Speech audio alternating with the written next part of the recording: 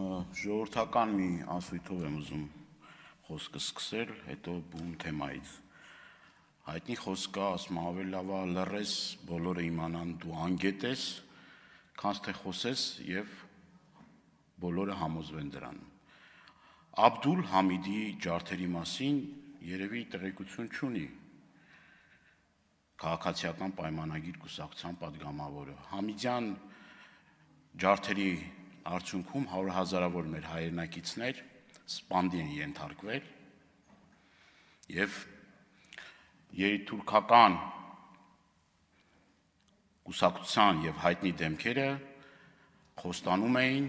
սահմանադրություն, խոստանում էին քրիստոնյաների իրավունք, հատկապես հայերի իրավունքների հետ կապված եւ հենց դա է եղել պատճառը, որ այդ ժամանակահատվածին համահունչ հայտարարություններ են հնչել Աբդուլ Համիդյան ռեժիմը տապալելու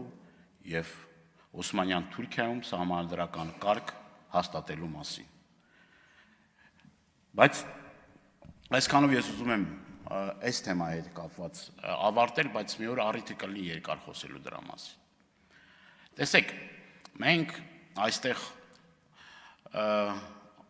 օգտվելով առիթից ամբիոնը պիտի օգտագործենք մեր հայրենակիցների հիմնական հուզող խնդիրները վերհանելու, բարձրացնելու, մեր հանդիպումների ընթացքում եւ մեզ ուղղված նամակների արդյունքում տեսնելու եւ ի վերջո բժշկական տերմինով ասելով ախտորոշելու, պատճառները գտնելու եւ ամեն ինչ անելու, որ ինչպես ասեց իմ գործընկեր Ագնեսա Խամոյանը յուրաքանչյուր Հայաստանի Հանրապետության քաղաքացի իրավունք ունի պահանջելու պետությունից, որ պետությունը հոգա իր առողջապահական առաջնային կարևորության խնդիրները։ Գործընկերս խոսեց օնկոլոգիական հիվանդությունների մասին, սրան կարող ենք նաև ավելացնել ստենդավորման հետ կապված խնդիրը, լավ բան էլ կա այս առումով, ստենդավորման հետ կապված։ Որոշ դեպքերում կարող ենք ասել, որ ստենդավորվում արվում է, բայց նույն բուժհաստատություններում, երբ որ ռեանիմացիայով հիվանդին բերում են, մեկ ստենդ դնում են, հետո թողնում են, որ մի քանի օր անցնի, որպեսզի քաղաքացին վճարի արդեն երկրորդ կամ երրորդ ստենդի համար։ Այստեղ շատ կարևոր խնդիր է նաև դեղորայքի հասանելիության հետ կապված խնդիրը։ Թոշակառուն, որ ստանում է առավելագույնը 40-45 հազար դրամ թոշակ, հնարավորությունից զրկված է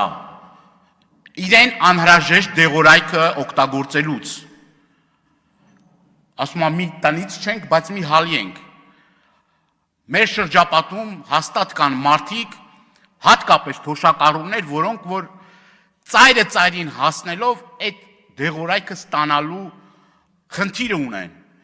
Եվ այն տարբերությունները ահռելի որ կան մեր հանրապետության եւ Վրաստանի հանրապետության, ես բազմաթիվ անգամներ այս ամբիոնից ասել եմ, որ մարդիկ ստիպված ծանոթ բարեկամ, որ գնում է արտերկիր, խնդրում են որպեսզի դեղորայք բերի։ Կրկնակի երրակի անգամ թանկ Հայաստանի հանրապետությունում։ Եվ սա լրջագույն խնդիր է։ Սա մեզ բոլորից պիտի հուզի։ Հաջորդը, որին ես ցանկանում եմ անդրադառնալ, շտապօգնության խնդիրն է, որի մասին էլի երկար խոսել ենք, էլի նախարարության կողմից բազմաթիվ հավաստիացումներ ա եղել, որ խնդիրը լուծված է, բայց շրջաներում խոսում ենք, ուրեմն շրջաներից խոսում ենք, գյուղերից, համայնքների զարգացման մասին ենք խոսում։ Եթե շտապօգնության մեքենան ժամեր շարունակ չի հասնում հիվանդին, ինչ առողջապահության մասին կարող ենք խոսել։ Եվ շատ դեպքեր են լինում եւ ահազանգում են, որ ոչ պատշաճ մասնագետներ են, ուրեմն մասնակցում այդ գործի կազմակերպմանը։ Մեկ բառով բուժքույրն է գնում, ուրեմն մոտենում հիվանդին եւ էլի պատշաճ բուժօգնության չի արժանանում։ Ես Տավուշի օրինակով ասեցի, ուրեմն բյուջեի քննարկման ժամանակ ասին խնդիրը լուծված է, բայց այդ խնդիրը մնում է նույնը, ոչ միայն Տավուշում, այդ իմ ելույթից հետո բազմաթիվ տեղերից այդ ահազանգները եկել է, հասել է մեզ։ Խնդիրը լուծված չի, խնդիրը անհապաղ լուծման կարիք ունի։ Եթե մենք ուզում ենք, որ մեր հայրենակիցները տարբեր մարզերում ու գյուղերում ամուր կարճած լինեն իրենց հողին եւ ստիպված չլինեն թողնել իրենց բնորանը եւ գալ Երևան, պետք է այդ պայմանները տեղում ստեղծվի։ Եվ առաջնային այդ խնդիրը պետք է լուծվի, եթե գոնե այս պարագայում ուրեմն պետությունը պետք է անընդհատ զբաղվի դրանով, որ որակյալ մասնագետներին գոնե շաբաթը 1-2 անգամ կարողանա շրջաններ տանի եւ այդ մարդիկ ի վիճակի լինել նաեւ որակյալ բժիշկների ծառայությունից օգտվել։ Եվ այդ հիվանդանոցները չպետք է ծառայեն նրա համար, որ սենց օղակ հանդիսանան Երևանի հիվանդանոցների հետ կապված։ Այսինքն գնա մարդը դիմի շրջանի հիվանդանոց, որ կազմակերպի իր տեղափոխությունը։ Կներեք, բայց սա անընդունելի է։ Այսինքն ինչ դա բան է, դիսպեչերական ծառայություն է։ Համարը չի կարողանում, գումար չունի։ Հնարավորություն չունի։ Քրեակատարողական հիմնարկների հետ կապված, նորից եմ կրկնում, ես տարբեր մարդկանց եմ հանդիպում։ Եվ օգտվելով առիթից ուզում եմ նաև հիշեցնել, որ որոշ թիրախավորումներ է կատարվում։ Ամենակոշտ քննադատության ինձ ենթարկած իմ քաղաքական օպոնենտներին այցելում եմ քրեակատարողական հիմնարկներ իրենց առողջությունով հետաքրքրվելու։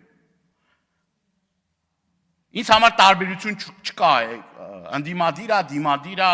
ում է ընտրել, ում չի ընտրել, բոլորի հետ կապված, ուրեմն նախ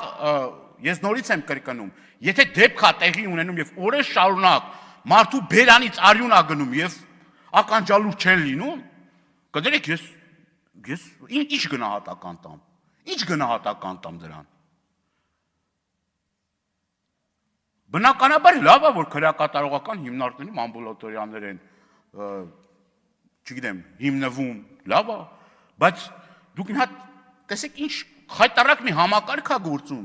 երբ որ քրեակատարողական հիմնարկներում սուր խնդիրներով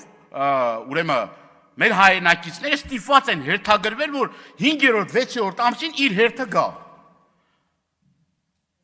Եվ ինչ անի այդ մարդը։ Եվ սա լրջագույն խնդիր է։ Եթե ազատության մեջ մարդը հնարավորություններն ավելի շատ են, բնականաբար անազատության մեջ գտնվող մարդկանց հնարավորությունները եւ կարողականությունը պատիկներով անգամ պակաս է։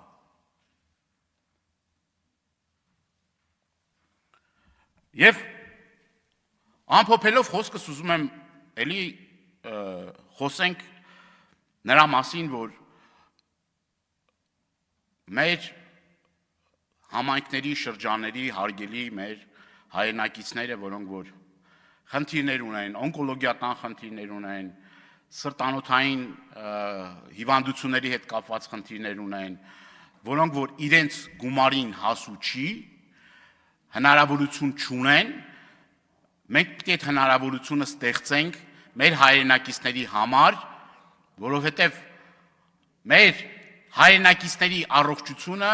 մեր համար չափազանց կարևոր հարց է։ Ես էլի տարբեր շփումներ եմ ունենում հիվանդանոցների, տարբեր հիվանդանոցների հետ եւ ուղղակի մեծ ցավ եմ ապրում, երբ մարդ գալիս է հիվանդանոց ծայրահեղ ծանր վիճակում եւ իր գրպանի պարունակությունը չի հերիքում, որպեսզի կարողանա լուծել իր որդու զավակի կամ իր ծնողի հետ կապված։ Դրանից ավելի ահավոր բան հավատացեք գոյություն չունի։ Այդ խնդիրը իդեպ այնպես չի, որ ընդդիմությունը քննադատում է կամ ասում է կամ բարձրաձայնում է, այնպես չի, որ այդ խնդիրները չեն եղել, ձեր իշխանության օրոք են եղել, ամենևին դա չի նշանակում, բայց ամեն անգամ ուրեմն տարիներն անցնում են եւ այլը հիվանդություններն էլ կարծեք թե ավելի են շատանում եւ ի վերջո դուք 7-8 տարվա իշխանություն եք եւ այս խնդիրները համենայն դեպս են գլոբալ խնդիրները պարտավոր եք լուծելու եւ դա ձեր ոչ թե պոզիտիվ պարտականությունն է, դա ձեր ուղիղ պարտականությունն է։ եւ շատ կարեւոր է, որ մենք կարողանանք այդ ապրումակցման զգացում ունենանք եւ կարողանանք ի վերջո ճիշտ որոշումներ կայացնել։ Շնորհակալ եմ։ Արմեն Ույգ Յուրեղյան